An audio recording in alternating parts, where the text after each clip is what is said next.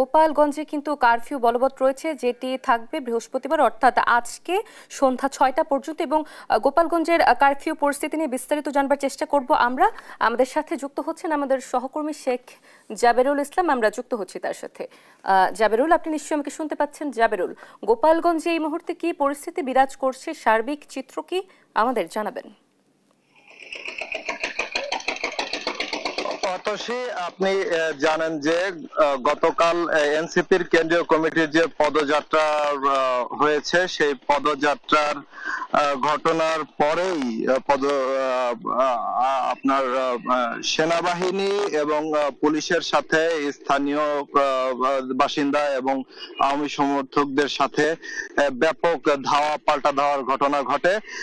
এই ঘটনায় 20 জনের মতো গুলিবিদ্ধ হয় এবং 4 জন মারা যায়।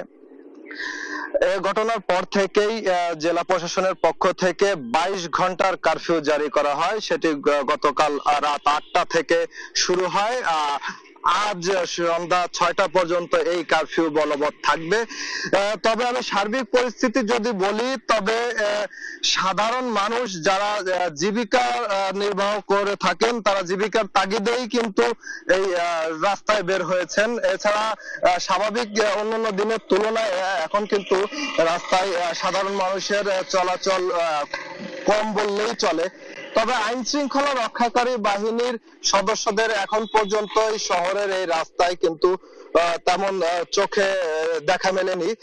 আর সাধারণ মানুষদের সাথে আমি কথা বলেছি যে আসলে কেন তারা এই রাস্তায় বেরিয়েছেন। তারা বলছেন যে জীবিকার তাগিদেই মূলত তারা এই রাস্তায় বেরিয়েছেন, আর যদি তাই না হতো তাহলে তারা ঘর থেকে বের হতেন না।